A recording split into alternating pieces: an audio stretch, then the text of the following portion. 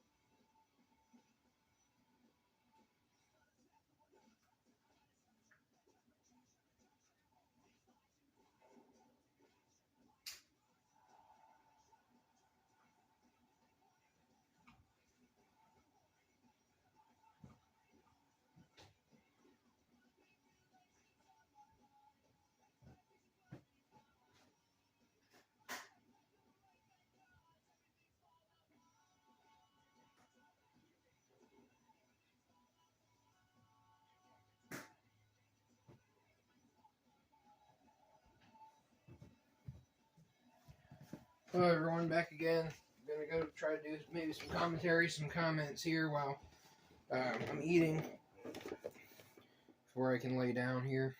Got Eddie Guerrero coming out. Hopefully you guys stuck around to this point and then you get some of my commentary. Hopefully you guys didn't just quit as soon as the audio went out.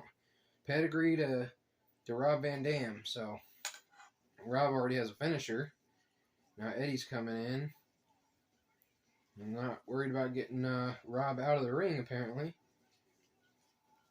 This just shows how stupid computers are and whatnot, and how, these are the things that are supposed to tell us what we're supposed to do and believe and whatnot. Oh my gosh, that's broken. That's kind of disgusting that you can just suplex someone as a counter move out of the ring in a Royal Rumble match. Cena, don't break it up. So John Cena's came out. We got Chris Benoit and Eddie out of the ring. Come on, Cena, actually be smart. That would be kind of hilarious. I'm gonna say that would have been kind of hilarious if Triple H hit the pedigree on Cena after all that. Get him out. Kick him out. No reason. Come on! I'm gonna say there's no reason he survives through that. That's hilarious, though, about the suplex. We got Christian coming out. It's definitely a different art style that they made in 2004-ish time here. a lot more like the WrestleMania 19 and so forth. Yeah, I really liked WrestleMania 19, the video game, where you can fight like what is it, like security guards, and you throw them over the whatever you call it. It's like you're on a big construction type site, and there's like bridges that you can throw them off of. And that's the point. You throw a bunch of them off there. There's like 5 of them. You have to beat this one up first before the next one gets to you. Yeah, it was actually a lot of fun. They kind of cut a lot of that stuff later on, especially after the PG. You used to be able to do like barroom brawls and throw them into the pinball machine. And there's a lot of pretty cool stuff like SmackDown vs. Raw 06, 07 time. Around 2008 or so, I think they cut a lot of that kind of stuff. They cut like the Inferno matches, the fire tables, getting weapons from the fans, all that kind of stuff isn't exactly PG. So, for the fun of it, it was gone. I like the games in general, to a degree. I think a lot of them are kind of factory standard. Whereas, like, the last one I probably played, like, halfway decently was probably, like, 16 on PlayStation 3. And for about 3 years or so, I haven't had a PlayStation 3. So, one of my my buddies and my old business partner, we tried doing some things on YouTube and whatnot. He was real good at making the characters. So he made a bunch of characters that we knew, and he was actually really good at the detail of them and so forth, without even looking at pictures of them. And then what happened was I got some juice spilled on the system. So then the system kind of like erased the memory of it or something. So I lost all those characters, and then the only person that I know who ever had the pictures of the characters to even like look at them and show how cool they were, he passed away. So, yeah, it's a real unfortunate situation.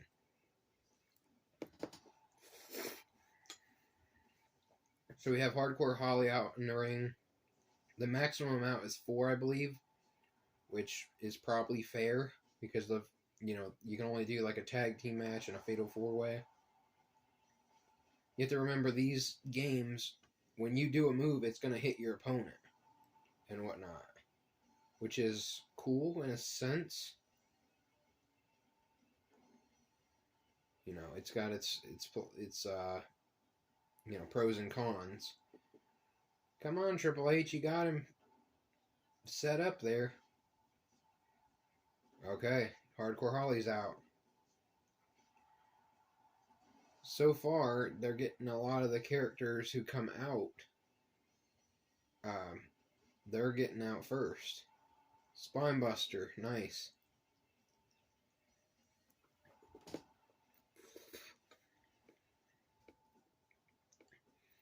All 3 of these guys are still involved in wrestling. It's kind of funny. Without going into the esoteric stuff, there are reasons for that, but that's how it goes. Rhino, yeah, I always liked Rhino. He was pretty good. I liked when he came back on SmackDown in was it 2016 era. He was on NXT for like 14-15 era.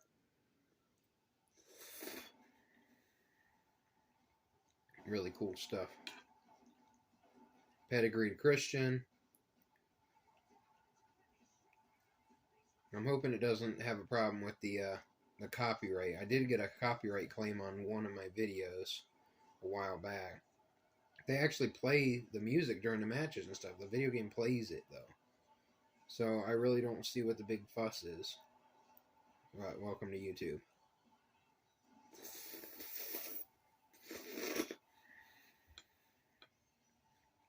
John Cena's really liking the, what's that called? That frog splash type move.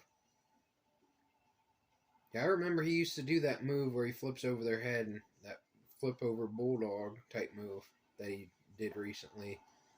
He used to do that a lot, and he did the leg drop, but that's not good for sustainability. That's hurting your back and whatnot. So they were smart, and they saved his body by doing more safer moves.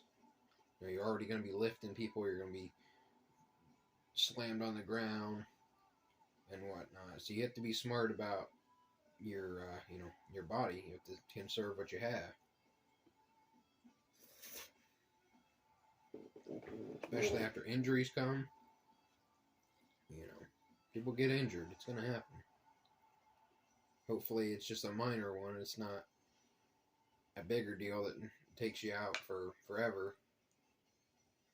There's several of the big wrestlers back in the day that got an injury and they just never really recovered. That's actually what happened to Christian for several years.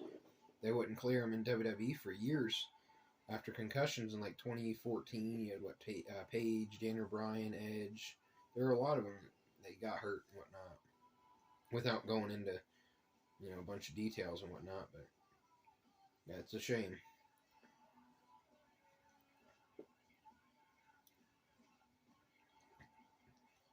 And now WrestleMania starts tomorrow. I actually do want to kind of do some content on the situation, but I'm going to be working all day tomorrow. I didn't necessarily want to do a predictions video or that type deal. I'm not sure what I want to do,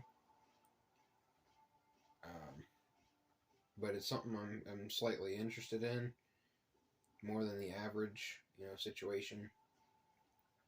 I've been trying to take a break from a lot of the wrestling stuff and make myself into a fan that's more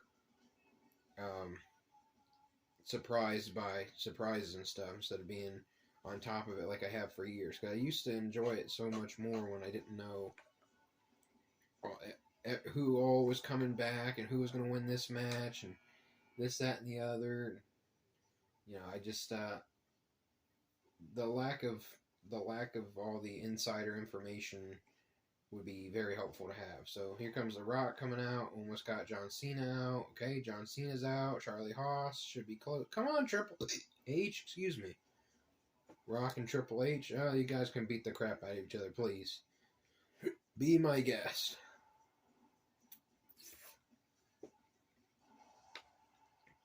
I look at how social media is nowadays with some of these people, especially wrestling fans. They're just embarrassing to the average people. Like they say and do things that are highly immoral, illegal activity, all this type stuff, and I don't want to be part of all that. Like I said, it's very embarrassing. It's not a good look for anyone.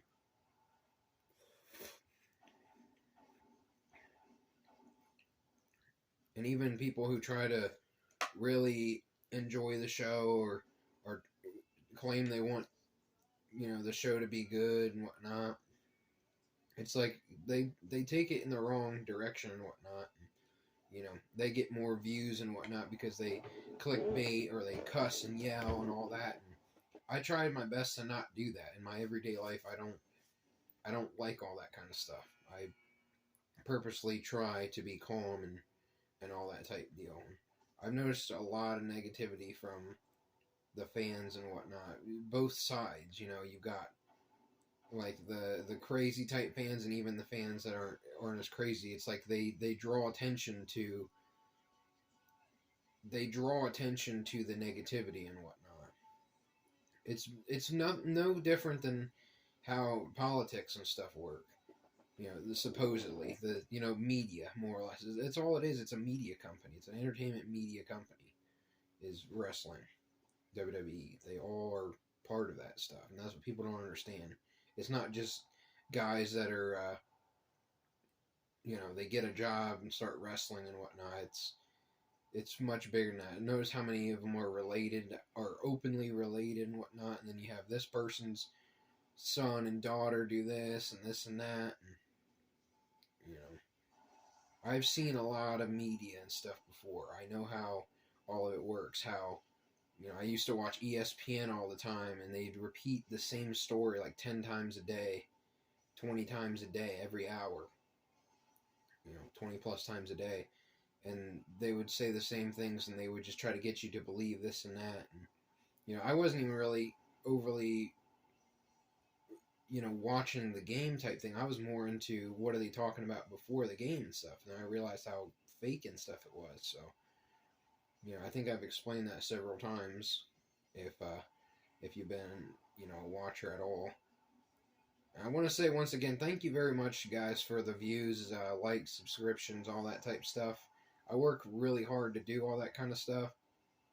And I remember, like, I don't even know what the number was, but I've had to have gotten like a third of my subscribers now in the last, I don't know if it's been 6 months, a year, or whatever, but it's been a lot. And, you know, for someone that is probably very much shadow banned, which means you can't really get a whole lot of, you know, you're definitely censored and whatnot. I've had 2 strikes on this channel before, and I locked a bunch of my content, so hopefully, you know, the algorithm couldn't figure out some of the content that I was uploading, which shouldn't have even been a problem, because one, we should have free speech, but that's a whole other subject.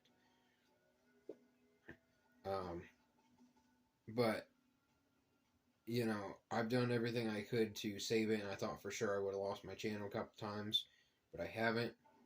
It's very hard to upload a lot of different content, and it's hard to get original content up, because one, I'm so busy, and two, I remember I used to record like all the things I watched, and we're talking thousands of hours of content I could have. I tried putting like show intros or previews or reviews or little scenes like clips and stuff, and you can't really please the algorithm and whatnot. It's just a pain. This is a very interesting setup here. We have Undertaker, Triple H, and Shawn Michaels. These were the 3 at WrestleMania, actually. It was at 28 when Triple H had his last real match against The Undertaker. It was at the Hell in the Cell, or they had the Hell in the Cell as WrestleMania 27. And then Shawn Michaels was the referee. Kurt Angle, interesting.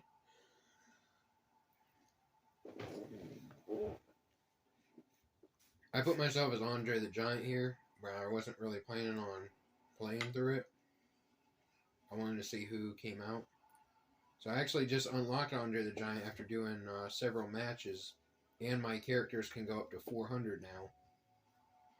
So the thing about this game that's different from the next one, I think it's much easier to get certain moves that you want. You have to pay for, there's like 40 moves you can buy, so all you have to do is buy those, but you have to play story mode to get them. Whereas Day of Reckoning 2, you have to have up to a 5 set arsenal, and then you have 6 different categories that can go into. So you have to play a lot of story mode before you can basically unlock every move. So like you have on Day of Reckoning 2, you have like the F5, you have like what is that, top rope hurricanrana, you've got the Swanton bomb, I think 450 shooting star. There's some moves that you want to try to use, and some of the Japanese moves, you don't get those until you get your character to multiple arsenal levels. And then if you want to unlock those for every character, then, you know, that's how it is. And that's what I'm more into than an actual playing the matches and stuff, is creating the characters and whatnot. Creating the move sets, and, you know, I do things with numerology and stuff where I look at, you know, equal this number to this number, and this is the move they have. I've done those different things, or take someone's name and then their initials.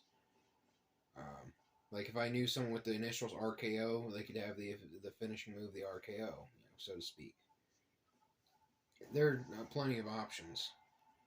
And I think I have a lot of original type mindset for it. Come on, Undertaker, hit him with the tombstone. You got him set to rights there.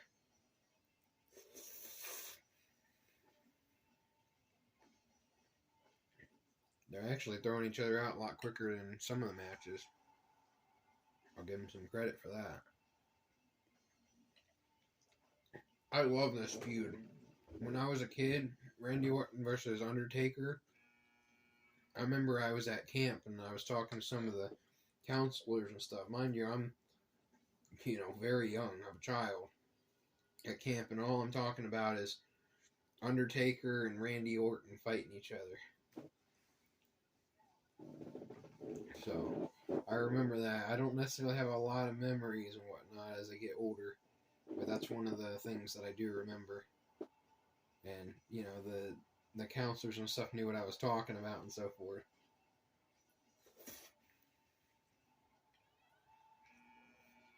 Frankly, wrestling used to be more of a mainstream type thing.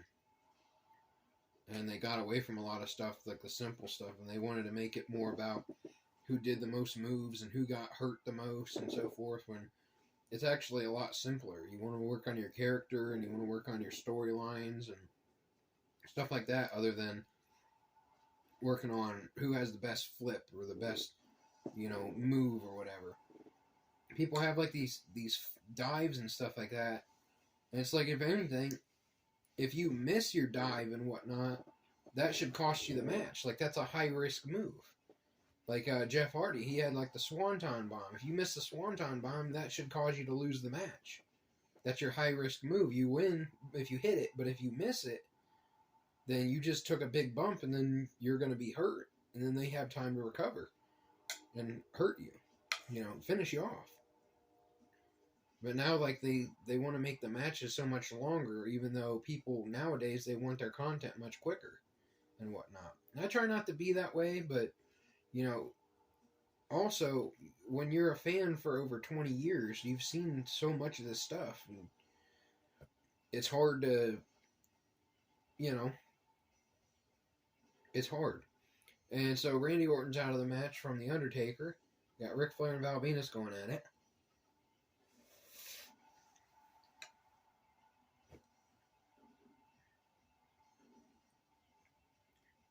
People were whining about Val Venus's comments. Frankly, he's pretty much spot on with most, if not everything he said. I'm not into politics and whatnot. I don't pick political sides or whatnot. I think he more is, he picks, the conservative side or whatever, so to speak, because he probably doesn't understand the situation. But, I mean, his regular commentary about, children's rights and all that kind of stuff, that's pretty legit. And he calls out a lot of people who don't do that. And there's people who are like, oh, well, he likes weed or whatever. It's like, well, he's right on his stuff. So I got nothing against the guy. I got a problem with a lot of people. I got a problem with Batista with his occult tattoos and defending his director who, allegations of, children and the things that he said about children. And there's a channel that I watch that I've specifically talked to one of the guys. Very good type guys, but they're on different levels of understanding how things actually work. And they don't separate themselves from their entertainment, so they get offended or whatever when you tell them the truth. Like, I've been a wrestling fan for 20-something years. Batista was, one of the main people I watched growing up and whatnot, but I can still say that, he's working for the system. Like, they're all working in the system now. Once you get into Hollywood and all that stuff, you have to take, your humiliation rituals and whatnot. Just like John Cena when he got naked on the what do you call that? The award show. Like, it's all a scam. Any of them pushing, politics and all that stuff. Like, that never had to be a thing back 10 years, 10, 15 years ago. It never was a thing. but they purposely made people want to care about that stuff. Even people that aren't even in America care about, Barack Obama and Donald Trump and all these people. All these people are on, what do you call them? Late night talk shows and stuff like that. I know people who used to watch late night talk shows when they would just talk about new movies coming out or new music or whatever. And now all they do is talk about politics. Every time they push a fake event that happens, they say, oh, you need to give up this, you need to give up your rights and this and that. It's like, it's so fake in trying to get you to believe a lot of stuff that's not even real. And it's really a shame. These people are just sinful. It's awful. I'm trying my best. I've had many years of, more or less censoring myself, just in the sense of not swearing and all that type stuff. I've tried very hard on that. And I've tried to calm myself down, remove a lot of emotion and that type stuff. Wow, Undertaker just got Rey Mysterio in control here. And we got Jericho beating on Batista here.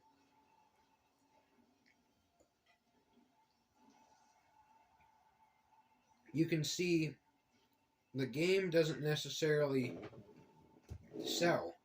Like when you get hurt from something, they'll just pop right back up. And that's basically how wrestling is now. It's like, stop wrestling like you're in a video game. Like if you get hit, you're going to be knocked down for a bit. You take a big move, sell it. Either sell it that you're knocked out or sell it like it hurt. Don't just pop back up and then run off the ropes, do flips and grab them by the head and hurricane them. And then once they're on the ground, go to the top rope, do a frog splash, and then get a 2 count, and then go do the Hogan leg drop, get a 1 count. Just,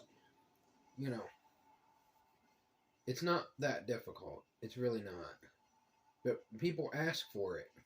And you need to stop doing that if you're an actual fan.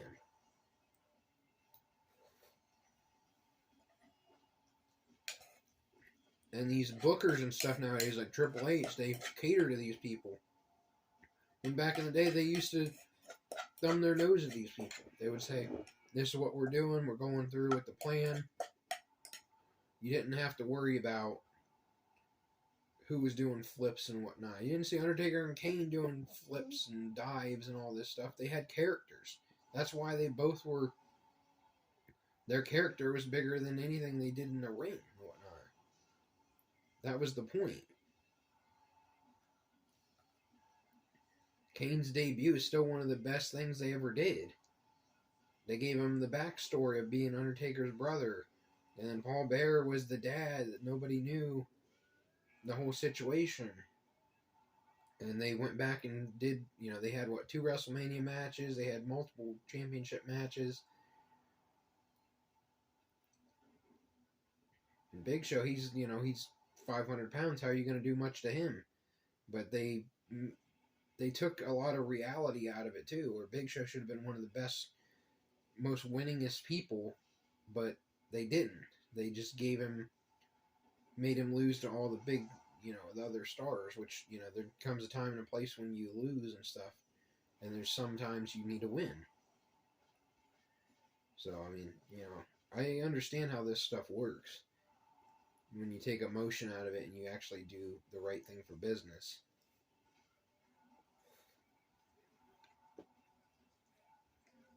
So we have 4 of them in the ring here still.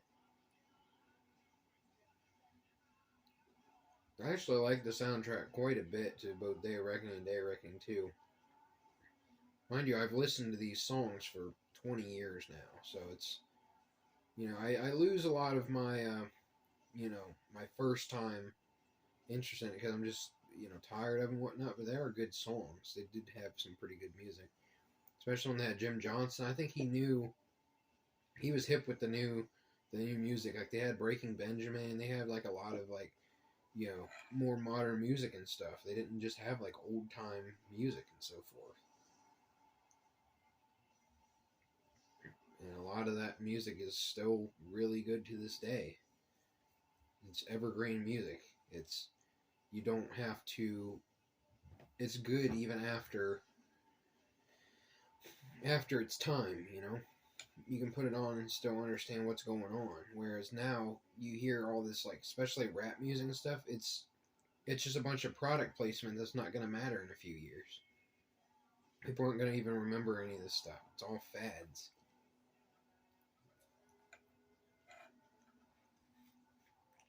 A lot of it has no meaning. Especially rap music. Isn't that supposed to have meaning? You're saying a lot of things quickly, but you need to be able to be smart with it. Rhyme with it. You know, make some double entendres and stuff that actually makes sense. And rap doesn't have to be vulgar and whatnot. Mainstream rap became, and so forth. You know, that's the embarrassing part. And then you have a generation that grows up on negativity and this type of stuff, and then they copy it. And you wonder why people are depressed and sad and act this way. Because they were taught how to do that on purpose. So we have Booker T coming out.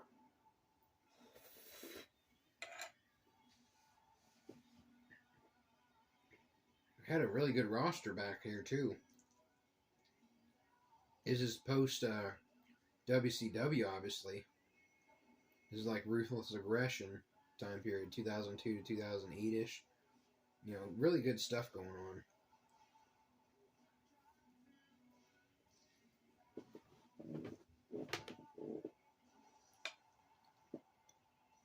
I don't have a lot of, like, I don't do the whole hero worship and all that stuff because I know it's sinful, but, you know, I see a lot of downsides to all that stuff.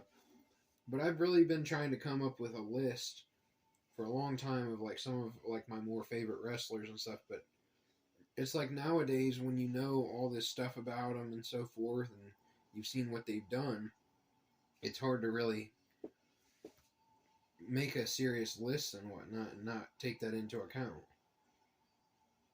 The things they've said. See, some people, they take into account the wrong things and whatnot, and they just believe everything. So whatever the TV says, you know, the media says, they must have done something or whatnot. I mean directly what they've said and done.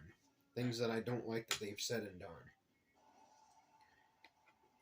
Because I can actually prove that they said that and whatnot. Instead of, you know, fake events of this person did this behind the scenes and whatnot. And nobody sees that all that's coming out at once, excuse me. Just like all these media events and whatnot, it's all fake. You can't figure that out for yourself. It's garbage.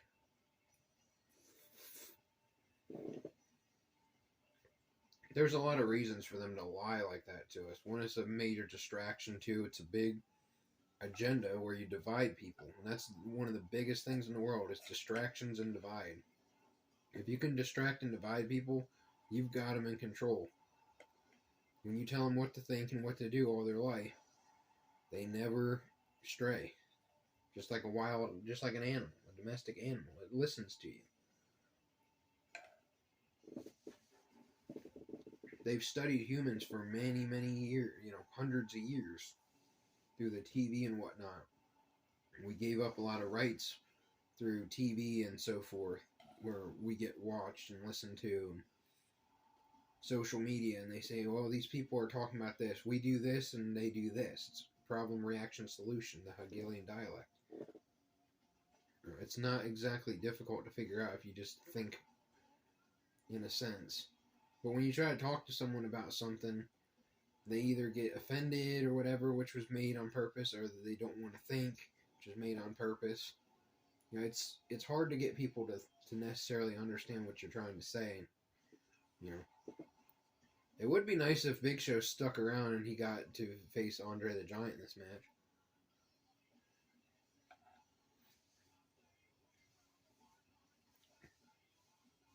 And these games, they actually have weight detection too. So you don't have like you don't have Rey Mysterio doing suplexes on Big Show. You know, they actually made it good. And that's what made Rey Mysterio interesting, was he wasn't going to be doing the, you know, Brock Lesnar's moveset on everybody. He was going to do the, you know, the high flying type stuff. And when he missed a move, it mattered, and so forth.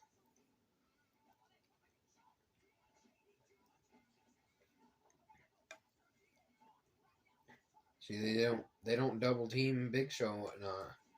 Big Show's in blue. It's actually kind of surprising because, I mean, he could get kicked out randomly. Like I said, see? Sometimes it works like that. I say something and it happens.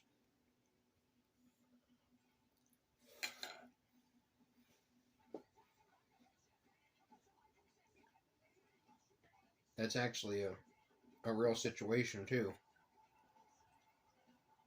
But that's more, along the esoteric type stuff. And I try my best to explain myself.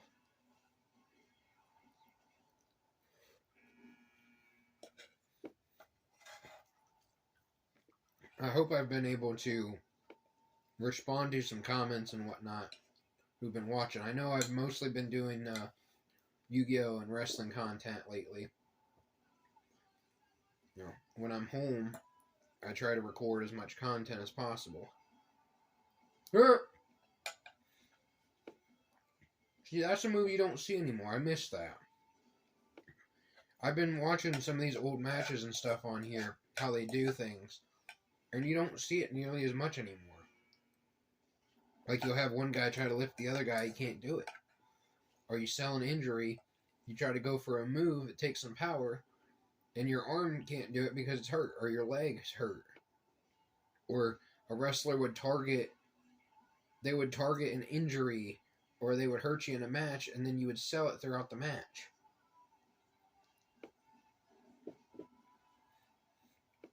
Yeah, I've seen several comments from both wrestling and Yu-Gi-Oh! Content. And I'd like to make more content, but it's also very difficult. Not just the time and interest, so to speak, but like for example, the Yu-Gi-Oh! Stuff, whether you're interested or not, it goes for multiple different types of content. That's actually hilarious that Matt's going after Edge again. Back to that storyline. Love that storyline. Back in 05. The side effect off the ramp and whatnot. I remember that back when I was in like grade school. That was crazy to see. Like, you don't see that kind of stuff anymore.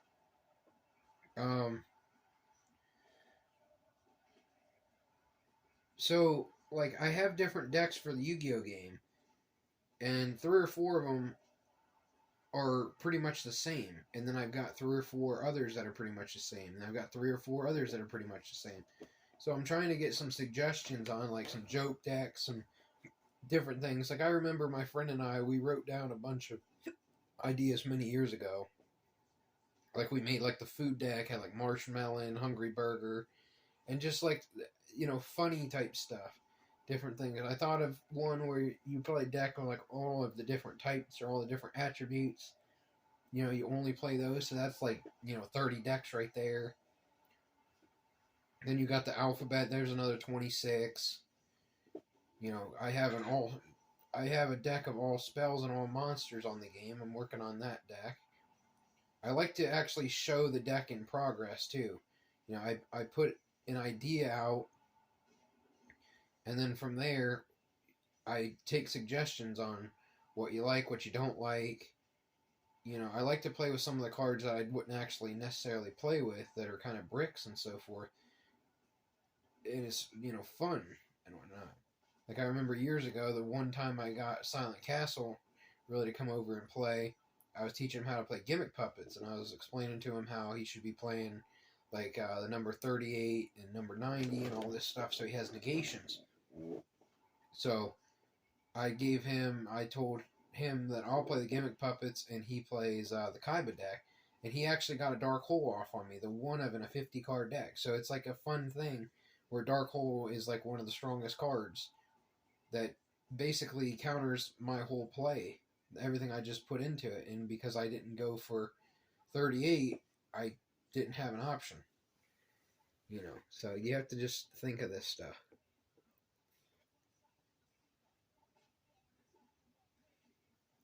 So, I'm making character decks.